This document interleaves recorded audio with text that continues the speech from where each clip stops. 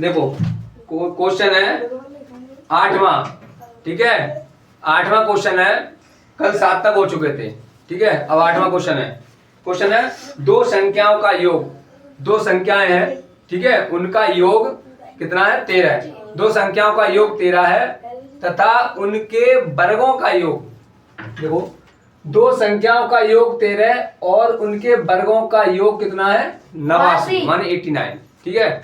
दो संख्याओं का योग 13 माने संख्याओं का योग 13 है और उनके वर्गों का योग माने दोनों संख्याओं का वर्ग करेंगे फिर जोड़ने पर कितना आएगा 89। तो देखो माना संख्या बराबर x, y, ये दो संख्याएं x, y, ठीक है। अब दोनों संख्याओं का योग कितना है 13, तो देखो x प्लस y बराबर 13, ठीक है। समीकरण नंबर 1 तो ये हो गया। अब उनके वर्गों का योग, अब दोनों संख्याओं का वर्ग होगा तो देखो x square plus y square बराबर 89 माने 89, ये समीकरण नंबर 2 हो गया। देखो वर्ग, दोनों संख्याओं का वर्ग हो गया और उनका योग भी हो गया, ठीक है। अब देखो यहां से y की वैल्यू निकालेंगे समीकरण 1 से, यानी कि समीकरण 1 से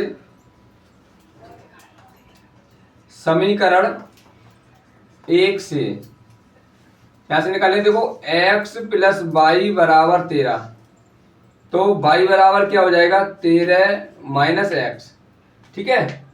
अब ये y की जो वैल्यू ये वाली आई है वो समीकरण नंबर 2 में रख देंगे। तो देखो x स्क्वायर प्लस y के स्थान पर क्या रखा जाएगा 13 माइनस x, तो 13 माइनस x का होल स्क्वायर, क्योंकि y का स्क्वायर है, y का मान ये रखा है हमने, तो होल स्क्वायर हो गया बराबर 89 माने 89, ठीक है। अब x स्क्वायर, अब देखो a माइनस b का स्क्वायर, तो a स्क्वायर 13 का वर्ग 169 माने 169 प्लस x स्क्वायर माइनस के 2 है भी, तो 13 दूनी 26x बराबर 89। अब देखो x square 2x square minus के 26x इधर आ जाएंगे, तो देखो प्लस के 169 और माइनस के 89 बराबर 0, तो 2x स्क्वायर माइनस के 26x घटाओ 9 में से 9 गया 0, या 16 में से 8 गया 8 माने 80 बचा प्लस का, क्योंकि प्लस का नंबर ज्यादा है, ठीक है। 2 का भाग जा रहा है सब में, तो देखो x स्क्वायर माइनस के 13x और प्लस के 40 बराबर 0।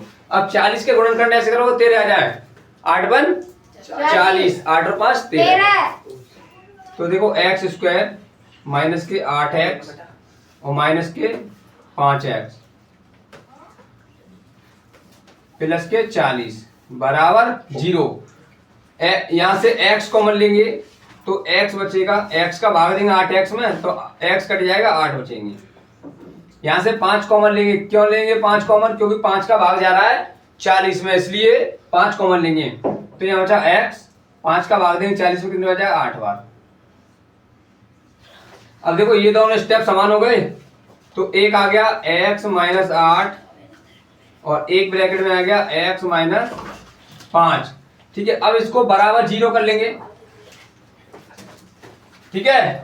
तो अब देखो माइनस है तो प्लस हो जाएगा और प्लस है तो माइनस हो जाएगा, अभी यहाँ पे दोनों माइनस के हैं, ठीक है, तो दोनों प्लस हो जाएंगे। तो देखो x माइनस 8 बराबर 0, तो x बराबर 8, ठीक है, एक ये हो गया। और इसका करेंगे x माइनस 5 बराबर 0 और x बराबर 5, ये दोनों आगे। अब इसमें से 8 और 5 दो संख्या आई, ये देखो दोनों संख्या 8 और 5। अब देखो x का मान 5 ले लो या 8 ले लो, ठीक है। अब इसमें y का मान यहां से निकाल लो, इस तरह दोनों संख्या आ जाएगी, ठीक है। y का मान, x का मान 5 रख दो 8 रख दो, दोनों संख्या यहाँ से फिर आ जाए, y के मान भी दोनों आ जाएंगे, ठीक है।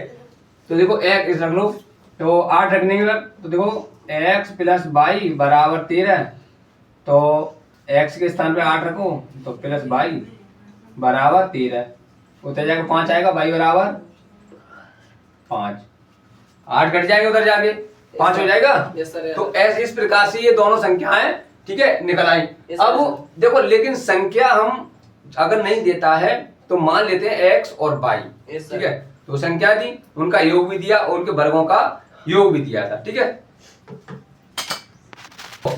किसी संख्या, सवाल है, सवाल नंबर 9 है, किसी संख्या और उसके व्युत्क्रम का योग, ठीक है। किसी संख्या और उसके व्युत्क्रम का योग 2 सही 1/20 है, संख्या क्या होगी? मान संख्या क्या थी, संख्या निकालनी है हमको, ठीक है।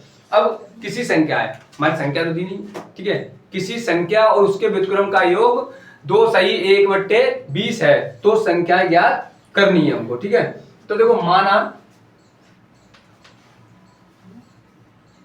संख्या बराबर x, y, संख्या हमने क्या मान ली?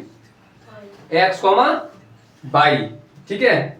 अब इनके व्युत्क्रम का योग, या संख्या ऐसे मान सकते हो आप, ठीक है। x, y ना मान के संख्या आप मानो संख्या और उसके व्युत्क्रम का योग, ये कह रहा है किसी संख्या और उसके व्युत्क्रम का योग, तो संख्या मान लो x, ठीक है, एक मान लो, संख्या मान लो आप x, ठीक है। हमने संख्या x मान ली, ठीक है। अब इसके व्युत्क्रम और करो, तो संख्या का व्युत्क्रम,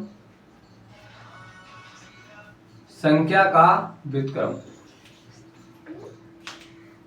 क्या होगा? 1/x। देखो किसी संख्या, ठीक है, और उसके व्युत्क्रम, संख्या और उसका व्युत्क्रम का योग, संख्या और उसके व्युत्क्रम, ये तो संख्या होगी, उसका व्युत्क्रम होगा 1/x, दोनों का योग कितना है? 20, 2 सही 1/20। तो देखो x प्लस 1/x, संख्या और उसका व्युत्क्रम का योग हो गया बराबर 2 सही 1/20, ठीक है। ये सर। तो देखो इसके नीचे एक मान लिया, एलसीएम क्या होगा? x का इसमें मल्टीप्लाई करें तो क्या आ जाएगा? x² और प्लस ये 1 एकन 1 बराबर, इसका बड़ा 20 का 2 20 दूनी 40 और 1 41, 41/20। अब कैंची में मल्टीप्लाई करो, देखो 20 का इन दोनों में करो x² में, तो 20x² और प्लस का 20, क्योंकि 20 का x² में 20x² और 20 का 1 में 20। अब 41 का x में करेंगे तो 41, सॉरी बराबर 41x, इसको इधर ले आओ, तो देखो 20x² माइनस का 41x और प्लस का ये 20 बराबर 0। अब देखो मैंने क्या, अगर आगे संख्या दे रहा है तो पीछे वाले संख्या का आगे वाली संख्या में गुणा करेंगे, फिर बीच वाले फिर गुणनखंड करेंगे, ठीक है। तो 20 का 20 में गुणनखंड करेंगे कितना आएगा? 20 का 20 में 400 आएगा, ठीक है। अब 400 को ऐसे करो कि कितना आ जाए? 41 आ जाए। 400 के गुणनखंड ऐसे करो कि 41 आ जाए, ठीक है। तो 400 का देखो गुणनखंड करो, 400 को इस प्रकार से 2 से काटे, 2 दूनी 4, 200 हो गया। अब फिर 2 से काटे 100 हो गया, फिर 2 से काटो 50, 2 से काटो 25 माने 25, 5 से काटो 5, फिर 5 से काटो 1, देखो 5 पंजे 25। अब देखो 2 दूनी 4, 4 दूनी 8, 8 दूनी 16, तो 16 गुणे 25 और 16 25 जुड़े कितना हो गया? 6 5 41 हो गया, माने 16 25, ठीक है। माने 16 का 25 में गुणा करेंगे तो क्या आएगा? 400 आएगा, और 16 और 25 जोड़ेंगे तो 41 आएगा, ठीक है। तो देखो 20x² माइनस का 25x और माइनस का 16x और प्लस का 20। अब माइनस माइनस के क्यों किए? क्योंकि माइनस माइनस के जुड़ जाएंगे तो माइनस के 41 होंगे। अब देखो यहां से 5x कॉमन आ रहा है, क्योंकि 5 का इसमें भी भाग जा रहा है, इसमें भी जा रहा है, तो 5x कॉमन ले लिया, तो यहाँ पे क्या होता है? 4x, तो देखो 5 चौक 20x² हो जाएगा, ठीक है। अब 5 का भाग देंगे 25 में तो क्या जाएगा? 5 बार। अब यहां से क्या कॉमन लेंगे? 4 माइनस, तो अंदर क्या बचेगा? 4x, तभी तो 4 चौक 16x हो जाएगा। अब 4 का भाग देंगे देखो 20 में क्या है? 5 बार बराबर 0, ठीक है। अब यहां से देखो ये दोनों स्टेप समान हो गए, तो देखो 4x माइनस के 5 और इधर ये 5x माइनस के 4 बराबर, अब दोनों को इक्वल कर लो, तो देखो 4x माइनस 5 बराबर 0। तो 4x बराबर उधर जाएगा प्लस के हो गए 5 और ये गुणा की है भाग में जाएंगे तो x बराबर 5/4। अब इसी प्रकार इसको करो 5x माइनस 4 बराबर 0। तो 5x बराबर 4 हो गया उधर जाएगा प्लस तो x बराबर 4/5। ठीक है तो 4/5 और 5/4। ठीक है तो सवाल नंबर 10वां है। ठीक है क्वेश्चन नंबर 10। ठीक है एक संख्या और उसके व्युत्क्रम का योग। एक संख्या और उसके व्युत्क्रम का योग। संख्या है और उसका व्युत्क्रम है और उसका योग दे रहा है। 3 चीजें हमको दे रहा है। हमारी संख्या पता नहीं है लेकिन उसका व्युत्क्रम का योग संख्या और उसके व्युत्क्रम दोनों को जोड़ के कितना दे रहा है 6 सही 1/6 दे रहा है। तो हमें संख्या ज्ञात करनी है। संख्या क्या होगी या संख्या ज्ञात करनी है। ठीक है तो देखो माना संख्या बराबर x। संख्या x हो गई और इसका व्युत्क्रम क्या होगा 1/x। तो संख्या का व्युत्क्रम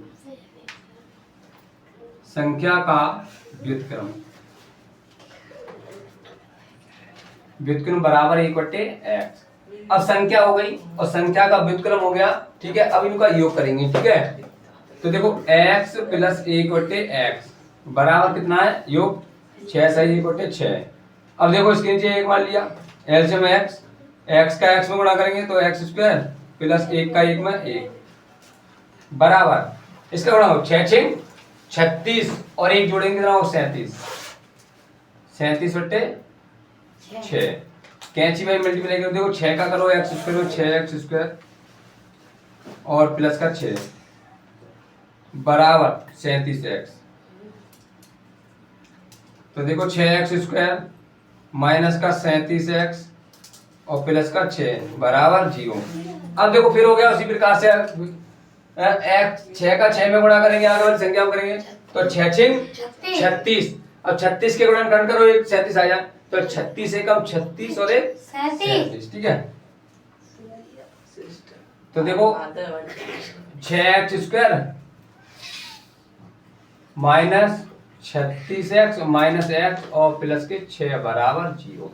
अब यहाँ से 6 कॉमन आ जाएंगे 6x तो 6x कॉमन ले लिया तो अंदर क्या बचा x क्योंकि यहाँ पे 6 ही है।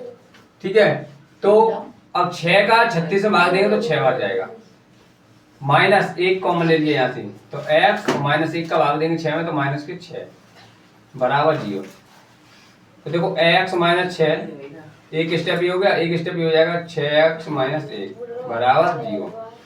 तो इसको बराबर करो तो देखो x माइनस 6 बराबर 0 तो x बराबर उधर जाएगा प्लस का 6 हो गया।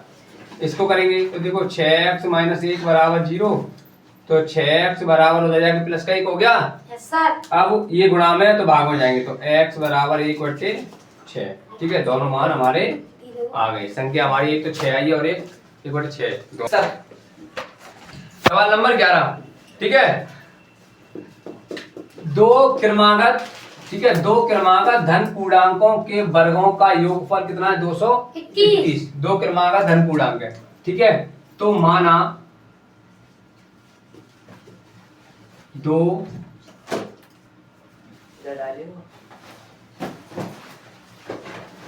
क्रमागत संख्या बराबर x और x प्लस 1। क्या है x और x प्लस 1 ये दो धन पूर्णांक क्या होगी संख्या। ठीक है तो इनके वर्गों का योग अब इन दोनों का वर्ग करेंगे तो देखो x का वर्ग करेंगे तो x²। इसका वर्ग करेंगे तो क्या होगा x प्लस 1 का होल स्क्वायर। दोनों का वर्ग हो गया और योग भी है कितना है ये 221। ठीक है और देखो x² ये खोलो a प्लस बी का होल स्क्वायर क्या होता है a प्लस बी का होल स्क्वायर। देखो a प्लस बी का होल स्क्वायर क्या होता है a² प्लस b² प्लस का 2ab। ठीक है तो अब यहाँ पे a का मान कितना है x और b का मान कितना 1। ठीक है तो ये वाला फॉर्मूला अप्लाई इसमें करेंगे तो देखो a² माने x², b² 1 का वर्ग 1 और प्लस 2ab 2 × x × 1 2ab बराबर 221। x और x क्या हो x² क्या होगा 2x²। इसका गुणा करें तो क्या आएगा 2x इसको इधर लाएंगे तो ये कट जाएगा। तो देखो प्लस का 1 और माइनस का 221 बराबर 0। तो देखो 2x² और प्लस का 2x और इसमें से घटाएंगे माइनस का 220 बराबर 0। 2 का भाग जा रहा है सब में, तीनों पद में। Yes sir. तो देखो x² और प्लस का x और इधर क्या बचेगा माइनस का 110 बराबर 0। अब 110 का गुणनखंड ऐसे करो, खंड ऐसे करो कि 1 आ जाए, 11 धाम 110 और 11 में से 10 गया 1 बचा, ठीक है। तो देखो x² प्लस के 11x माइनस का 10x और माइनस का 110 बराबर 0।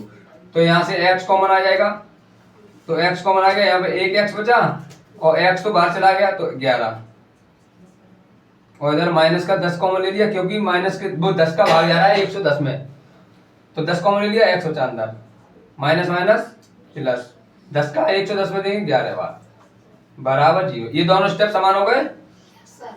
तो देखो x प्लस 11 और एक कोष्टक में x माइनस 10 बराबर 0। तो देखो x प्लस 11 बराबर 0, तो x बराबर माइनस 11 और ये क्या होगी x माइनस 10 बराबर 0, तो x बराबर 10 पॉजिटिव। तो पहली संख्या क्या हो गई, देखो पहली संख्या बराबर 10 और दूसरी संख्या बराबर, देखो दूसरी संख्या क्या है x प्लस 1, तो देखो x प्लस 1, तो x के स्थान पे 10 प्लस 1 कितना 11। ये हमारी दोनों संख्या आ गई, ठीक है। वो ही हमारी पूछ रहा है कि क्रमागत संख्या, ठीक है, पहली क्रमागत संख्या 10 है, दूसरी क्रमागत संख्या हमारी कितनी है 11, ठीक है। यही दो संख्या हम पे निकलवा रहा था, ठीक है।